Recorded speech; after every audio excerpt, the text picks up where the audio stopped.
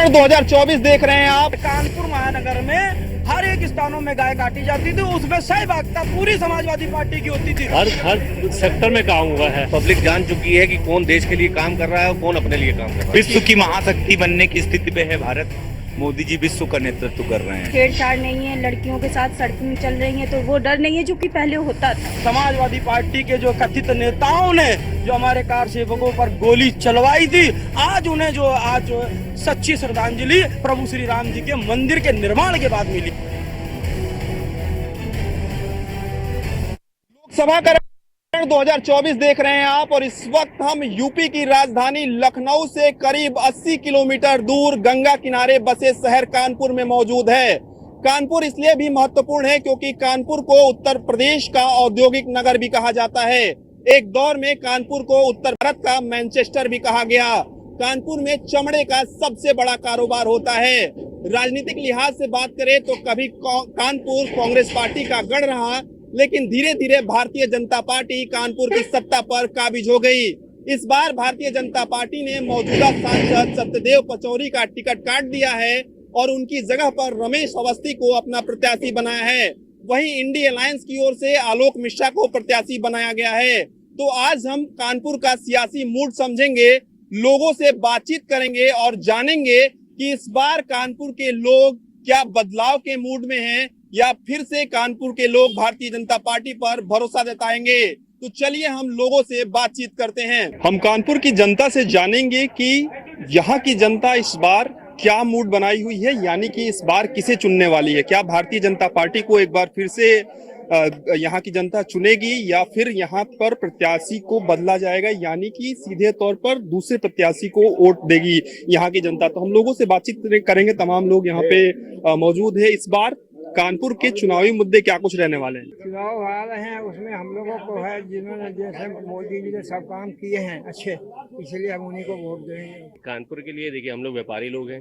हमको जो भी सीमित जो हम लोग का दायरा है उससे वो बढ़ के हम लोग को दे रहे हैं। बस कुछ लोग जीएसटी क्लियर होते रहते हैं, वो ऐसा नहीं है। जो गलत है उनके लिए जीएसटी गलत है, हमारे लिए सही है। विकास तो हुआ है, काफी हद तक हो भी रहा है और आगे भी होता रहेगा। देखिए अब मेट्रो भी कानपुर में आ गई है, ऐसे ही विकास बढ़ता चला जाएगा। जो पहले हमारे हाईवेज थे, कानपुर की सड़कें थी, उससे काफी चीजें बदली हैं। नगर निगम में भी काफी सुधार आया है। सफाई अभियान भी जगह जगह पे चलते रहते हैं। जैसे पहले गंदगी फैली रहती थी, अब ऐसा कुछ भी नहीं होता है।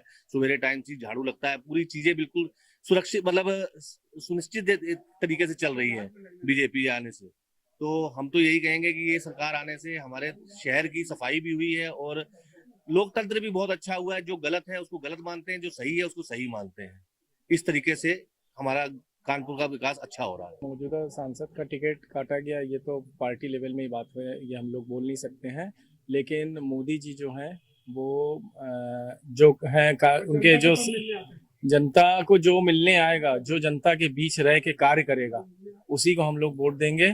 और हमारे कानपुर में सबसे बड़ी समस्या बिजली और पानी की थी, जो मोदी सरकार आने के बाद अब लाइट तो कभी जाती ही नहीं है और पानी की समस्या भी पूरी खत्म हो चुकी है। और मेट्रो भी आया है भारतीय जनता पार्टी आने के बाद। और हम मोदी जी से उम्मीद करेंगे कि यहाँ पे जो कल कारखानाएं बंद पड़ी हुई हैं उसको चालू कराया जाए और जो कानपुर भारत का मैनचेस्टर कहलाता था, उत्तर भारत का, वो फिर से कहलाए। 110 मिलें बंद है कानपुर की, ठीक है। जो मिले आज तक का चालू नहीं है। तथा स्थिति कुछ दिन पहले जैसे फ्लाईओवर बनने थे, रेलवे लाइन क्रॉसिंग जैसे जरीब चौकी वगैरह का, हमारे मुरली मनोहर जोशी सांसद थे, उस समय आज तक वो नहीं बना। स्थानीय मुद्दे हैं, ये बहुत कठिन है। और व्यापार जैसे चौपट है, जैसे जीएसटी से, कि आज लोग छोटे व्यापारी बेचारे दुकान बंद करके चले जा रहे हैं, किराया नहीं दे पा रहे। वो उनपे दिल पे हाथ रख के उनसे पूछिए आप कि जीएसटी से आज ये पोजीशन लोगों की है कि लोग भूखे मरने से आ रहे हैं। कहावत की बात इसलिए नहीं करेंगे क्योंकि कहावतों से राजनीति नहीं चलती। राजनीति ये अपने आप को कह रहे हैं कि मोदी धर्म विरोधी है। अभी विदेश में जो युद्ध मुस्लिम कंट्री में हो रहा था, तो वहां पर हमारे प्रवासी फंसे हुए थे, हमारे ही घर परिवार के लोग फंसे हुए थे। पाकिस्तान के लोग भी मोदी के मुरीद हो गए और कहा मोदी जी की गारंटी है, इसलिए मैं सुरक्षित होके आया हूँ और भारत माँ का झंडा लेके आया हूँ। हर एक आदमी अपनी जान बचा के आया। ये सबसे ज्यादा सुरक्षा अगर मोदी जी दे रहे हैं। और सुन लो, कोरोना में कौन एक व्यक्ति कोरोना से मरा होगा पर भूख से कोई नहीं मरा होगा। ये मोदी जी की है। उनको चप्पल पहनाने तुम लोग नहीं पहुंचे थे, हम लोग पहुंचे थे। भारतीय जनता पार्टी के कार्यकर्ता और एक स्वयं सेवक के रूप में उनको सेवा देने का काम किया था।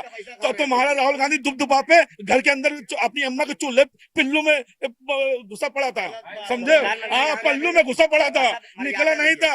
मुलायम सिंह, अखिलेश यादव निकले नहीं थे।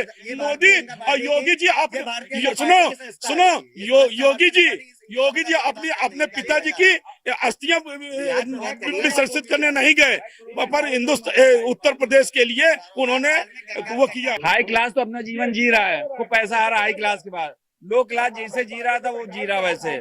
कल भी वो डेली कमा रहा था, खा रहा। आज जो मीडियम क्लास के दुकानदारों को जो इम्पैक्ट आया है, ऑनलाइन से आया है। मोदी जी से एक रिक्वेस्ट है, बड़ी बड़ी कंपनियां हैं, बल्क में सामान खरीद लेती। मेरे यहाँ कस्टमर आता है ऑनलाइन दिखलाता, भैया ये 400 की चीज है, हम उस चीज को बेचते हैं 600 रुपए की। कारण ये है कि हम लाते हैं जाके ना होलसेलर 3 लोगों के बीच से वो सामान आ रहा है, तो उसमें 50 रुपए कमाने का हमारा भी हक है। बड़ी बड़ी कंपनियां क्या बल्क में खरीद ले रही हैं, तो वो इम्पैक्ट बाजार में आ रहा है। आज कस्टमर बाजार में नहीं आ पा रहा है। आज वो साड़ी खरीदता था, हमारे यहाँ चूड़ी खरीदता था, कॉस्मेटिक खरीदता था, पर्स खरीदता था। ऑनलाइन ने क्या किया, घर बैठे बच्चों को सुविधाएं मिल रही हैं, उन्होंने ऑनलाइन लिया, बुक कर दिया। बाजार में कस्टमर आ नहीं पा रहा। इससे क्या है कि मीडियम क्लास को बहुत बड़ा हैम्पर हुआ जाके ना। व्यापार में जो मीडियम क्लास पीस रहा है, स्टाफ हमारा खर्चा दुकान का 1 लाख रुपए महीने का है। जब कस्टमर नहीं आएगा तो हम स्टाफ को सैलरी कहाँ से देंगे, बत्ती का बिल कहाँ से देंगे, अपना घर कैसे चलाएंगे? तो आज बाजार की कंडीशन ये है कि कस्टमर वॉकिंग बिल्कुल खत्म हो गई है ऑनलाइन की वजह से। तो मोदी जी से ये रिक्वेस्ट है, बीजेपी वाले हम भी वोट हम भी बीजेपी को देते हैं, लेकिन अपनी बात कहने का हक है, ठीक है? लोकतंत्र में अपनी बात कहने का हक है। मोदी जी से ये रिक्वेस्ट है कि ऑनलाइन को इतना ज्यादा बढ़ावा ना दिया जाए। फॉरेन कंट्रियों में भी ऑनलाइन है। ऑनलाइन किनके लिए? सीनियर सिटीजन के लिए। वहां पे जो सीनियर सिटीजन जा नहीं सकता बाजार में, आज विदेश में भी ऑनलाइन है। जो हैंडीकैप है उसके लिए ऑनलाइन है विदेश में। इंडिया में क्यों? इंडिया में हर युवा जो है वो खरीद रहा है, ऑनलाइन खरीद रहा है। तो ये कंडीशन इंडिया में भी होनी चाहिए कि ऑनलाइन उनके लिए सुविधा है जो बाजार जा नहीं सकते हैं, हैंडीकैप है वो बाजार जा नहीं सकता, उसके लिए ये सुविधा होनी चाहिए। ये शर्म की बात है बेहद कि राम गोपाल यादव ने जिस तरीके का बयान दिया, या तमिलनाडु में स्टालिन ने जिस तरीके का बयान दिया कि कीड़े मकोड़े हैं सनातन धर्म। ये मुझे लगता है कि ये हमारे लिए डूब मरने की बात है और ये बहुत बड़ा मुद्दा है। मुझे लगता है कि सिर्फ और सिर्फ इस मुद्दे पे ही भाजपा को बहुत अधिक से अधिक यहाँ पे वोट मिलेगा, क्योंकि जिस तरीके से ये बयानबाजी करते हैं विपक्ष के नेता कि हिंदुत्व के लिए या हिंदू के लिए, ये एक बेहद शर्मनाक बात है कि आप हिंदू धर्म में पैदा हुए हैं और इस तरीके की बयानबाजी करते हैं। वो सारी बातें तो अलग है, लेकिन सबसे पहले तो आप एक हिंदुस्तान में पैदा हुए एक हिंदू हैं, तो आप जो मंदिर बन चुका है उसके लिए जिसकी 500 साल से जिसकी लड़ाई चल रही थी, वो जब बन गया तो उसके लिए आप नहीं जाते हैं, और जाते भी हैं तो ऐसी बातें करते हैं। तो ये बेहद शर्मनाक बात है मुझे लगता है, और ये मुद्दा है, ये मुद्दा रहेगा। एक प्रधानमंत्री जी हैं जिन्होंने जो 500 वर्षों का जो संघर्ष सनातनी धर्म के जो सनातन कर रहे थे उसको विजय हासिल कराया। 76 युद्धों के बाद भी कोई सुनने वाला नहीं था। हम लोग दोहराते थे कि जिसकी ये सारी दुनिया है, जिसका ये धाम है, कोई तो बता दे बेघर क्यों मेरे राम है। हम लोग पूछते थे जा जाकर, लेकिन जो सरकार थी राज्य में वो जो है हिंदू हमारे कार सेवकों पर, जो नियत्यों पर गोलियां चलाते थे। क्यों चलाते थे?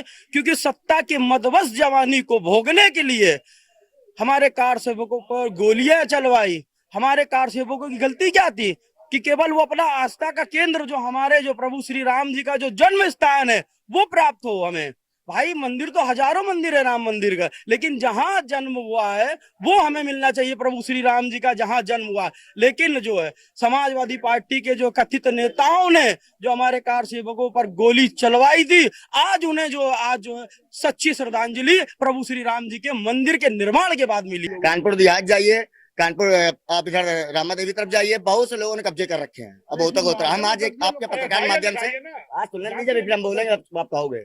हम पत्रकार माध्यम से आज बड़ी बात कर रहे हैं कि हमारे देश में बहुत बड़ी एक जनसंख्या पत्रकारों की आज हो गई है।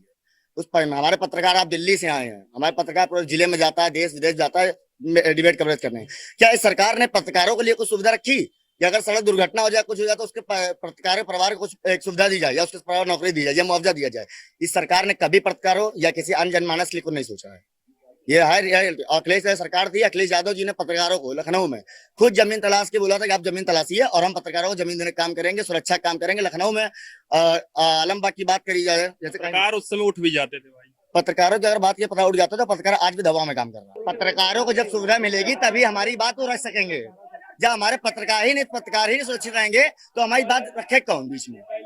आज हम कह रहे हैं पत्रकारों की सीट होती है, विकलांग सीट होती है, महिला सीट होती है। उस महिला एक पिंक सिटी बस चली है अभी हमारे कानपुर में, उस पिंक सिटी बस में जाएगा तो महिला कंडक्टर नहीं है, ना महिला ड्राइवर है, ना महिला लोग बैठते हैं, उसमें बैठता है सब पुरुष। भारतीय जनता पार्टी की सरकार ने लाल बत्ती कल्चर को खत्म किया है। ठीक है, आजादी के बाद देश के सेनानियों को याद करने वाला कोई नहीं था। जब अमृत महोत्सव के नाम पर माननीय मोदी जी ने एक एक वार्ड से लेकर के एक एक गांव तक जो स्वतंत्रता संग्राम सेनानी थे उनका शिलापट लगवाने का काम किया, मतलब अपने पूर्वजों के नाम को मजबूती देने का काम किया। और कांग्रेस सरकार मालूम क्या करती थी, वो खाली राजनीति की वोट बैंक की राजनीति करती थी। और उन्होंने सेनानियों के नाम पे एक एक गांव में, और आप रही विकास की बात, कानपुर में मेट्रो सिटी है आज, आप देखिए इलेक्ट्रिक बसें चल रही हैं। कानपुर विकास की गंगा बहा रहा, नहीं तो पहले क्या था, गुंडा मवाली।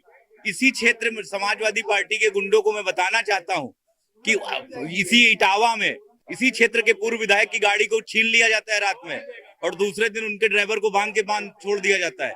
जब प्रशासन उसमें सहयोग करता है तब छोड़ा जाता है। क्या आप लोग ऐसी सरकार चाहते हैं? भारतीय जनता पार्टी में न्यायप्रिय और अनुशासन की सरकार है, यहाँ लाल बत्ती कल्चर नहीं, इसलिए समाजवादी गुंडे ये प्रचार नहीं पा रहे हैं, उनको दिक्कत हो रही है। अखिलेश यादव तो सांड को लेकर, गाय को लेकर ट्वीट करते हैं, पोस्ट लगातार वो करते हैं, हर तीसरे चौथे दिन लगभग आ ही जाता है उनका पोस्ट। वाकई में पिछली सरकारों में खाली पशुओं को ढूंढा जाता था। देखिए ये बात अब कहने की बात है, विपक्ष कुछ ना कुछ मुद्दे तो उठाएगा, जाहिर सी बात है, और नहीं रहेगा तो कुछ ना कुछ तो बोलेगा सत्ता पक्ष के लोग। और रही भैंस गाय की बात, तो आज हम लोग इतने हादसे हो रहे हैं, इतने हादसे हो रहे हैं हाईवे पे, नगर में। ये हमारी जब इनकी सरकारें थी, जिन्हें हम गौ माता कहते हैं, जब हमारे घर में बच्चा जन्म लेता है तो उसी का दूध पीते हैं, और वो गौ माता सुनो उसे काटते थे, वो काटना बंद कर दिया गया। गौ माता के हत्यारों से पैसा क्यों ले रहे हैं बताएं? ये बताएं क्यों? केवल गाय काटने का काम अखिलेश सरकार में होता था, गाय पालने हो गई तो मिलेगी नहीं दोबारा, नहीं हुआ है, ये ओपनली हुआ है। कौन चंदा ले रहा है? Bharatiya Janata party beef company से पूरा चंदा ले रही है। कौन सी बीफ कंपनी? जो बीफ कंपनी है गाय काटने की, सब जितनी कंपनियां भारतीय में नेता है। मैं एविडेंस दिखा दूंगा।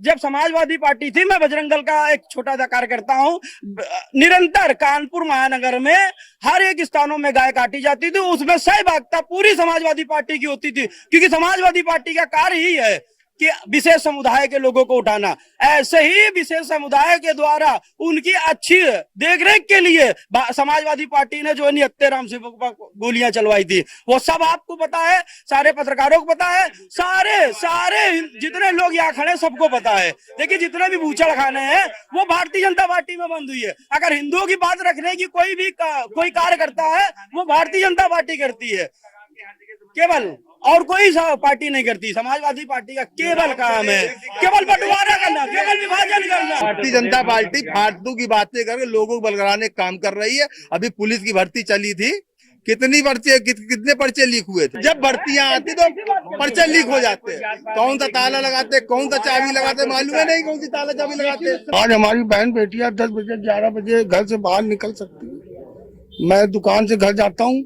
मैं देखता हूँ स्कूटी से बेटियां जा रही हैं, तो बीजेपी समझ लीजिए नंबर 1 काम कर रही है। देश होगा तो यादव भैंस ये वो होगा, मैं तो खुला बोलता हूँ, आपको बता दें। देश होगा तो विपक्ष होगा।